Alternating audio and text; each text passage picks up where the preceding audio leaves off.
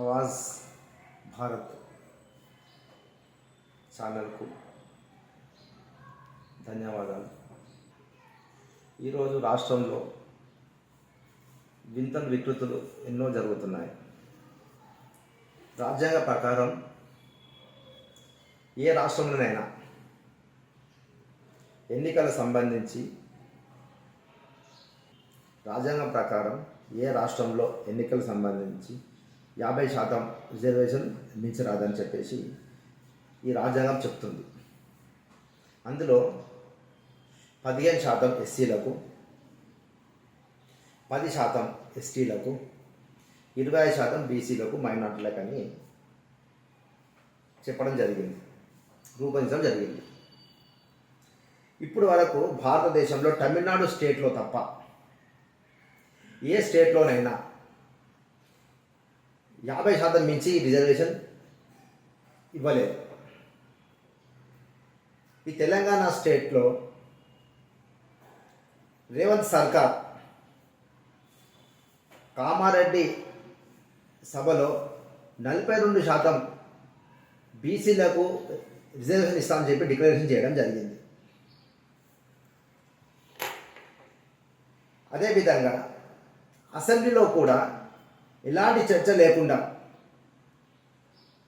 దాన్ని ఆమోదించడం ఈరోజు రాష్ట్ర ప్రజలను, ముఖ్యంగా బీసీలను అవమానించిందని చెప్పేసి నేను భావిస్తున్నాను. ఒక బీసీగా నేను భావిస్తున్నాను. రేవంత్ రెడ్డి ఈ యొక్క రాష్ట్రాన్ని ఎటువైపు తీసుకుపోదాం అనుకుంటుండో, ఈ రాష్ట్రం యొక్క విలువలను, ఈ దేశంలో ఏ పద్ధతిలో ఏ రకంగా ఈ జవాబు ఇవ్వాలనుకుంటున్నాడో, ముఖ్యంగా ఈ యొక్క రిజర్వేషన్ యొక్క ప్రక్రియ పార్లమెంట్లో చర్చ జరగాలి. పార్లమెంట్ ఆమోదిస్తేనే తప్ప ఈ యొక్క రిజర్వేషన్ యొక్క ప్రక్రియ, రిజర్వేషన్ ఏదైతే ఉందో అది స్టేట్లో అసెంబ్లీలో ఆమోదించబడదు. ఈ విషయాలు అన్నీ కూడా తెలుసు, రేవంత్ రెడ్డికి తెలుసు, కాంగ్రెస్ ప్రభుత్వానికి తెలుసు. మరి ఇదే విధంగా కాంగ్రెస్ ఉన్నటువంటి వేరే రాష్ట్రాల్లో కూడా ఎందుకు చేయలేకపోయింది? అదే ఈ యొక్క 42% బీసీ రిజర్వేషన్ను మన స్టేట్లోనే ఎందుకు దాన్ని అమలు చేయాలని చెప్పేసి ఆలోచిస్తున్నది. దీనికోసం కులగణన, జనగణన చేసిన తర్వాత కూడా యుద్ధ ప్రాతిపదిక పైన రాహుల్ గాంధీ వచ్చిన తర్వాత తెలంగాణకు వచ్చి మేము తెలంగాణ స్టేట్లో ఆదర్శంగా తీసుకుంటాం, రేవంత్ సర్కార్ని ఆదర్శంగా తీసుకుంటాం, ఇక్కడ కులగణన, జనగణన చేస్తాము, తప్పకుండా మేము చేసి అది బహిర్గతం చేస్తామని చెప్పిన తర్వాత కూడా కాలయాపన చేస్తూ ఎన్నికలై సంవత్సరం పూర్తయిపోయినా ఇప్పటి వరకు కూడా ఈ యొక్క జనగణన, కులగణన బహిర్గతం ఎందుకు చేయలేకపోయినా అని చెప్పేసి మేము బీసీగా మేము ఈ యొక్క రాష్ట్ర సర్కార్ని ప్రశ్నిస్తున్నాం. ఈ తరుణంలో రెడ్డి జాగృతి సంఘం అధ్యక్షుడు మాధవరెడ్డి ఒక పిటిషన్ దాఖలు చేయడం జరిగింది. ఇది ఉన్నత వర్గాల ఉన్న వాళ్లకు ఇది అన్యాయం జరుగుతుంది కాబట్టి దీన్ని స్టే చేయాలని చెప్తే కోర్టులో న్యాయవాది పరిశీలించిన తర్వాత ఒక జడ్జిమెంట్ రావడం జరిగింది. ఈ తరుణంలో రెడ్డి జాగృతి సంఘం నుండి బీసీ రిజర్వేషన్కు వ్యతిరేకంగా పిటిషన్ దాఖలు చేయడం జరిగింది. హైకోర్టు ధర్మాసనం రాష్ట్ర ప్రభుత్వాన్ని ప్రశ్నించింది. అసెంబ్లీలో తీర్మానం చేయకుండా, జనగణన, కులగణనను బహిర్గతం చేయకుండా వీరు ఎలా ఎన్నికలకు వెళ్తున్నారని ఇదే కాకుండా చాలా విషయాలు కూడా సంధించింది. ప్రశ్నిస్తూ 4 వారాలు స్టే ఇవ్వడం జరిగింది. మేము ఒకటే అడుగుతున్నాం, సూటిగా ఒక బీసీ నాయకునిగా, పాత 50% రిజర్వేషన్తో ఎలక్షన్లో ముందుకెళ్తావా, లేకుంటే బీసీలకు 42% రిజర్వేషన్ ఇచ్చి ముందుకెళ్తావా? ఒకవేళ నువ్వు 50% రిజర్వేషన్ ముందుకెళ్ళినట్టయితే బీసీలకు ఏ సమాధానం చెప్తావని చెప్పేసి ఒక బీసీ నాయకునిగా నేను రేవంత్ సర్కార్ని ప్రశ్నిస్తున్నాను. ఈరోజు 33 జిల్లాలలో బీసీలకు 42% రిజర్వేషన్ ఇవ్వాలని ముక్త కంఠంతో బీసీలు ఎదురు చూసినటువంటి సమయంలో ఈరోజు ఎవరైతే ఈరోజు 44 మంది ఈరోజు ఈ అసెంబ్లీలో ఉన్నటువంటి ఓసీలకు మేము అడుగుతా ఉన్నాం సూటిగా, బీసీల ఓట్లు లేకుండా మీరు చట్టసభలలో అడుగుపెట్టారా? బీసీల ఓట్లు లేకుండా మీరు మంత్రులు అయ్యారా? బీసీల ఓట్లతోనే ఈరోజు రాజ్యాధికార దిశగా ఉన్నారు కదా, మరి ఈరోజు మీ సామాజిక వర్గానికి చెందినటువంటి బిడ్డ ఈరోజు బీసీలకు వ్యతిరేకంగా పిటిషన్ ఇవ్వడం జరిగింది. పిటిషన్ వేస్తే ఇప్పటి వరకు కూడా ఒక్క నాయకుడు కానీ, ఒక్క పార్లమెంట్ సభ్యుడు కానీ, అందులో మా బీసీ పార్లమెంట్ సభ్యులు కానీ, బీసీ ఎమ్మెల్యేలు కానీ బహిరంగంగా వచ్చి స్టేట్మెంట్ ఇవ్వాల్సిన అవసరం ఉందని చెప్పి వేదిక ద్వారా మేము డిమాండ్ చేస్తా ఉన్నాం. అదేవిధంగా ఏదైతే ప్రభుత్వము డెడికేషన్ కమిషన్ ఏర్పాటు చేసి డోర్ టు డోరు వెళ్ళి ఈరోజు రజకులు ఎంతమంది ఉన్నారు, ముద్రాలు ఎంతమంది ఉన్నారు, గౌడ్స్ ఎంతమంది ఉన్నారు, యాదవులు ఎంతమంది ఉన్నారు, అదేవిధంగా ఈరోజు పద్మశాలీలు ఎంతమంది ఉన్నారు, ఈ విధంగా మొత్తం డోర్ టు డోర్ వాళ్ళు వెళ్ళి డెడికేషన్ కమిషన్ ద్వారా లెక్కలు తీసుకొని ఆ లెక్కలను అందరినీ కూడా ఒక దగ్గర పెట్టి ఈరోజు బీసీలు మొత్తం ఈ రాష్ట్రంలో ఈరోజు బీసీలు 57% 6% ఉన్నారని చెప్పి ఈరోజు వాళ్ళు లెక్కల ద్వారా చెప్పడం జరిగింది. నేను అడుగుతా ఉన్నా, ఈరోజు ఈ రాష్ట్రంలో 4.5 కోట్ల ప్రజలు ఈరోజు ఈ తెలంగాణ రాష్ట్రంలో ఉంటే ఈరోజు 2,80,00,000 మంది ఈరోజు బీసీ బిడ్డలు ఉన్నారు. ఈరోజు మా బీసీ బిడ్డల నోటికాడికి వచ్చినటువంటి బుక్కను, ఈరోజు నోటికాడికి వచ్చినటువంటి బుగ్గను మీ కాలుతో తన్నీరు, ఇది కరెక్టా కాదా అని చెప్పి వేదిక ద్వారా అడుగుతా ఉన్నా. నేను అదే విధంగా ఈ ఒక్కరోజు కాదు, ఈ భారతదేశానికి స్వతంత్రం వచ్చినప్పటి నాటి నుండి కూడా మొట్టమొదటిగా 1959లో కాకకాలేకర్ కమిషన్ ఏర్పాటు చేయడం జరిగింది. అప్పుడు కూడా రాష్ట్రపతి అత్యవసర అధికారంలోకి ఈరోజు 350 ఆర్టికల్ ద్వారా ఆ రోజు చేర్చడం జరిగింది. ఈరోజు అదేవిధంగా ఇంద్రసాని కమిషన్ ద్వారా ఈరోజు 50% రిజర్వేషన్ పెంచద్దు, దాన్ని 50% వరకే సీలింగ్ చేసిరు, దాన్ని పెంచద్దు అని చెప్పేసి ఈరోజు కె కృష్ణమూర్తి గారి కమిషన్ ద్వారా కూడా ఈరోజు చెప్పడం జరిగింది. ఈరోజు 30 మంది ఈరోజు బీసీ బిడ్డలు ఈరోజు 30 మంది మా వాదనను హైకోర్టు దగ్గర ఈరోజు వినిపించినప్పటికి కూడా వాళ్ళు చేసిన 2 పిటిషన్లకు బీసీ బిడ్డలు 30 మంది ఈరోజు మా వాదనను వినిపించినప్పటికి కూడా మా వాదనను విని దాన్ని తాత్కాలికంగా రద్దు చేసి దాన్ని ఈరోజు బీసీల వాదాన్ని ఈరోజు తుంగలు దొక్కే విధంగా ఈరోజు ప్రయత్నం చేస్తా ఉన్నాం. నేను అడుగుతా ఉన్నా, ఈరోజు బీసీలు, ఎస్సీలు, ఎస్టీలు ఈ రాష్ట్రంలో ఉన్నారు కదా, మరి ఈరోజు బీసీ, ఎస్సీ, ఎస్టీలకు ఎట్లయితే రిజర్వేషన్ ఉన్నదో 42% ఉన్నటువంటి బీసీలకు ఈరోజు మేము 60% ఉన్నాం. 60% మంది బీసీలో ఉన్నాం మీరు తెలంగాణలో. మరి 60% జనాభా ఉన్నప్పుడు 60% రిజర్వేషన్ మాకు ఉండాలా వద్దా అని చెప్పి ఈ వేదిక ద్వారా మేము అడుగుతా ఉన్నాం. మేము 18% కుదించుకొని ఈరోజు 42% రిజర్వేషన్ మేము అడిగితే తప్పేమున్నది అని చెప్పి వేదిక ద్వారా మేము అడుగుతా ఉన్నాం. ఈరోజు అదే విధంగా నేను ఇంకో విషయం చెప్తా ఉన్నా.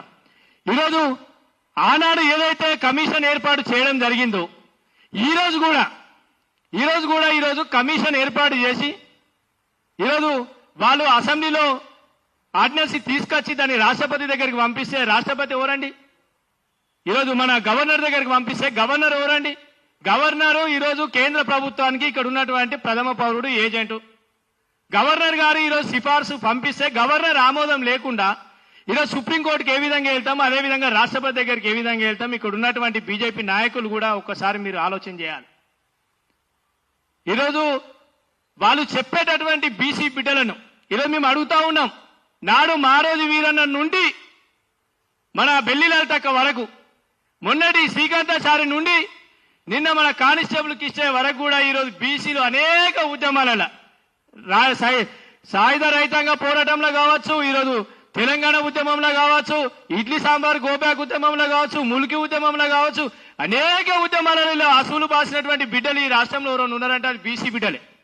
ఈరోజు బీసీలు ఎక్కువ శాతం ఈరోజు మన మారోజు వీరన్న చెప్పినట్టు అందుకోరా గుప్తా, అందుకో ఈ దొంగల ధర్మేత అందుకు అని చెప్పి ఈరోజు మారవ వీరన్న చెప్పి ఆ రోజు బీసీ బిడ్డలు ఈరోజు రోడెక్తే వాళ్ళని పిట్టలాగా ఆ రోజులలో ఉన్నటువంటి అగ్రవర్ణ కులాలు ఎంతో మందిని ఎన్కౌంటర్ చేసి చంపినటువంటి చరిత్ర లేదా అని చెప్పి ఈ వేదిక మించి నేను అడుగుతా ఉన్నా. నేను అందుకే ఈరోజు అడుగుతా ఉన్నా, బీసీ బిడ్డలు మీరు మీటింగులు పెడితే, మీరు బహిరంగ సభలు పెడితే, మీరు యాత్రలు చేస్తే మీరు ఈరోజు పాదయాత్రలు చేస్తే మా బీసీ బిడ్డలు ఈరోజు మీ దగ్గరికి రావాలి. మా వాళ్ళు మా బీసీ బిడ్డలు ఎంతో మంది వాడితో వారు సర్ది కట్టుకొని వచ్చి చచ్చిపోయిన వాళ్ళు మనతో ఎంతో మంది ఉన్నారు. సద్దులు కట్టుకొని రావాలి, చచ్చిపోవాలి, సద్దులు కట్టుకొని రావాలి, చచ్చిపోవాలి. ఇలా రంగారెడ్డి హైదరాబాద్లో బీసీలు ఉంటే ఉస్మానియా హాస్పిటల్ పోవాలి, వానికి ఎమర్జెన్సీ వాడికానే వాడు చచ్చిపోతుంది. ఏమైందిరా నాయన అంటే 100,000 ఎకరాలు ఇలా పెద్ద పెద్ద గుప్తందారుల పీడలిస్టుల దగ్గర ఉన్నాయి. ఇలా మా బీసీ బిడ్డలు ఇలా చేసేటటువంటి పనులలో ఎక్కడన్నా మీకు నాణ్యత ఉన్నదా? ఈ రోజు స్థానిక ఎన్నికలలో ఇలా జెడ్పీటీసీ ఎన్నికల ఇలా బీపీ మండల్ గారు పెట్టినటువంటి జిల్లా పరిషత్కు కానీ ఈరోజు 3 అంచెల వ్యవస్థ ఏర్పాటు చేసినప్పుడు ఆ 3 అంచెల వ్యవస్థలో ఈరోజు ఎంపీటీసీ కానీ జెడ్పీటీసీ కానీ సర్పంచ్ కానీ ఈరోజు ఎన్నికలు పెడితే ఆ ఎన్నికలలో ఎవరు పోటీ చేస్తారండి? ఆయన ఈ ఎన్నికలలో పోటీ చేసేది ఓన్లీ ఇలా బీసీలే. ఇలా బీసీలు ఈరోజు ఆ ఎన్నికలలో ఆత్మగౌరవం కోసం వాళ్ళ ఏమైనా ఆస్తులు ఉంటే తాకట్టు పెట్టుకొని ఒక గ్రామ సభల్లో ఈరోజు అదేవిధంగా ఎంపీటీసీ గానో జెడ్పీటీసీ గానో దానికి ఈరోజు నిలబడి పోటీ చేసి ఈరోజు ఎంతో వరకు ఈరోజు బీసీలకు రాజ్యాధికార దిశగా వస్తా ఉన్నారు. ఈరోజు ఇలా 11,500 గ్రామ పంచాయతీలు ఉంటాయి. 8,500 గ్రామ పంచాయతీలు ఇలా మన బీసీలకు సంబంధించిన గ్రామ పంచాయతీలు ఉంటే ఈరోజు ఎన్ని గ్రామ పంచాయతీలలో బీసీలకు ఈరోజు అవకాశం ఇచ్చారు. ఇలా ఇప్పటికే వాళ్ళు చెప్తా ఉన్నారు ఏమైంది అని అంటే మాది ఇలా ఓపెన్ జనరల్ అయింది మా జెడ్పీటీసీ అంటే ఓపెన్ జనరల్ అంటే మా వాళ్ళు నిలబడతారు మీకెందుకు అని నేను అడుగుతా ఉన్నా. ఈరోజు 42% రిజర్వేషన్ ఇలా బీసీలకు ఇస్తే తప్పేమున్నది? ఇలా ఎవరు ఈరోజు మాధవరెడ్డి అనే వ్యక్తిని ఈరోజు ఎవరు ఉండి ఈరోజు ప్రోత్బలంతో మాధవరెడ్డి అనే వ్యక్తితో ఇలా పిటిషన్ వేయించారండి? నేను అడుగుతా ఉన్నా. ఈరోజు ఈడబ్ల్యూఎస్ రిజర్వేషన్ ఏదైతే ఎకనామికల్ బ్యాక్వర్డ్ క్లాస్ ఉందో వీకర్ సెక్షన్ ఏదైతే ఉన్నదో దానికి సంబంధించినటువంటి వాళ్ళు ఆ రోజు సుప్రీంకోర్టు గైడ్ లైన్స్ తోని చట్టసభలో పెట్టుకున్నప్పుడు ఏ రోజన్నా బీసీ బిడ్డలు పోయి అడ్డుకున్నారా అని చెప్పి నేను అడుగుతా ఉన్నా. వాళ్ళు అన్నదేంది అగ్రవర్ణ కులాలు అన్న పేదవాళ్ళు ఉంటారు, ఆ పేదవాళ్ళ కోసం ఈడబ్ల్యూఎస్ రిజర్వేషన్ మేము అమలు చేస్తున్నామని చెప్తే ఈరోజు ఒక రెడ్డి సామాజిక వర్గం ఈరోజు మా యొక్క రిజర్వేషన్ అడ్డుకుంటుంది. ఇది క్లియర్ గా చెప్తా ఉన్నాం. ఇలా కమ్మ సామాజిక వర్గం కానీ వెల్మ సామాజిక వర్గం కానీ బ్రాహ్మణ సామాజిక వర్గం కానీ అదేవిధంగా క్షత్రియ సామాజిక వర్గం కానీ తెలంగాణలో ఉన్నటువంటి వాళ్ళు ఎవరు కూడా అడ్డుకోలేరు. ఓన్లీ రెడ్డి సామాజిక వర్గం మాత్రమే బీసీలు రాజ్యాధికార దిశగా ఈరోజు వెళ్ళొద్దు. 42% రిజర్వేషన్ ఈరోజు మనం అడ్డుకోవాలి. ఈరోజు 42% అడ్డుకుంటే రేపు పార్లమెంట్ ఎన్నికల్లో కావచ్చు, రేపు అసెంబ్లీ ఎన్నికల్లో కావచ్చు, ప్రతి ఎన్నికలలో వీళ్ళకి ఇదే విధంగా ఉండాలని చెప్పేసి ఈరోజు మాట్లాడుతూ ఉన్నారు. నేను అడుగుతా ఉన్నా ఈడబ్ల్యూఎస్ రిజర్వేషన్ ద్వారా ఈరోజు ఒక సగటు పేద రెడ్డికి ఈరోజు హైదరాబాద్ రింగ్ రోడ్ ఏరియాలో 1 ఎకరా ఉంటే గవర్నమెంట్ రేట్ ప్రకారం ఇలా 2 లక్షల రూపాయలు వాల్యూ ఉంటుందండి. 2 లక్షల రూపాయలు గవర్నమెంట్ లెక్క ప్రకారం వాల్యూ ఉంటే ఇలా అది మామూలుగా మనం అమ్ముకుంటే 2 కోట్ల రూపాయలు ఉంటాయి. మీరు దయచేసి గమనించండి.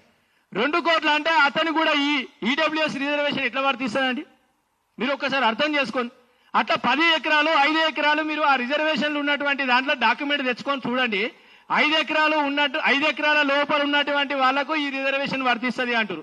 5 ఎకరాలు ఒకవేళ దాటిన వాళ్ళకు ఇదో నేను అడుగుతా ఉన్న 30 ఎకరాలు 40 ఎకరాలు 50 ఎకరాలు ఉన్నటువంటి వాళ్ళు రిజర్వేషన్ మీద మొన్న గ్రూప్ 1 గ్రూప్ 2 గ్రూప్ 4 జాబులు కొట్టిరు.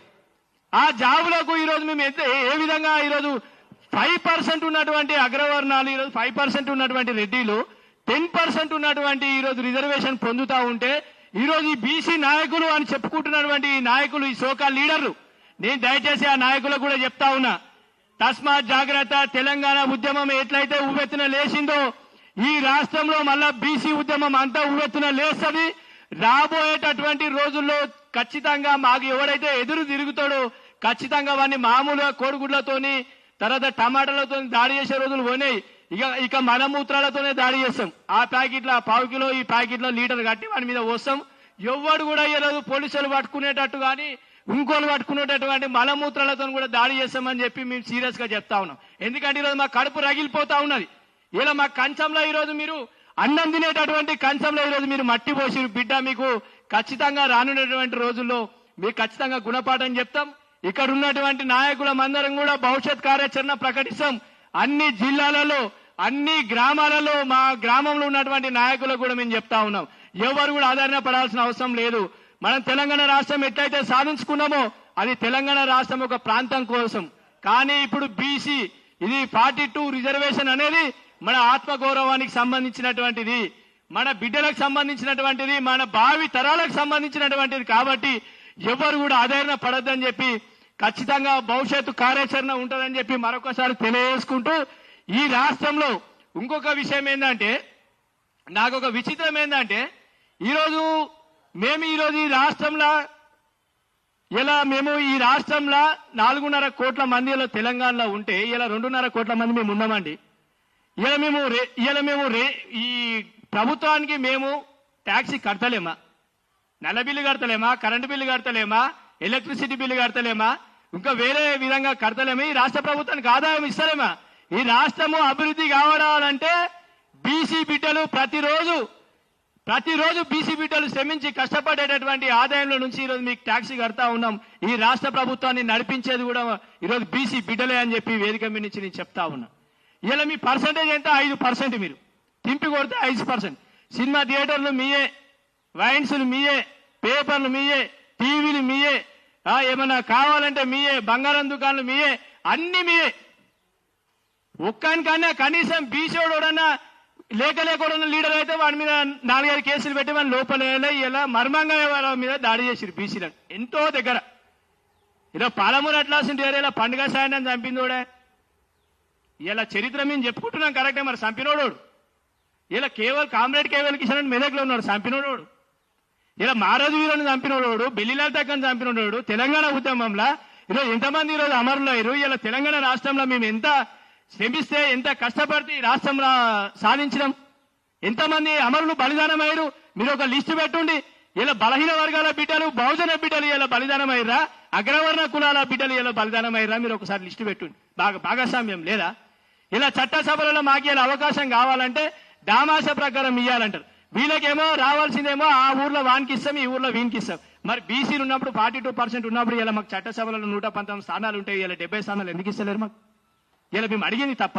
నేను అడుగుతా ఉన్నా, బీసీలో ఉన్నటువంటి ఎమ్మెల్యేలు కానీ, మంత్రులు కానీ, ఇప్పుడు ఉన్నటువంటి బీసీ నాయకులు, పార్లమెంట్ సభ్యులను కూడా అడుగుతా ఉన్నా, పెద్దలు కిషన్ రెడ్డి గారిని కూడా అడుగుతా ఉన్నా. పెద్దలు కిషన్ రెడ్డి గారు, మా బీసీల ఆవేదన నీకు అర్థమైతలేదా?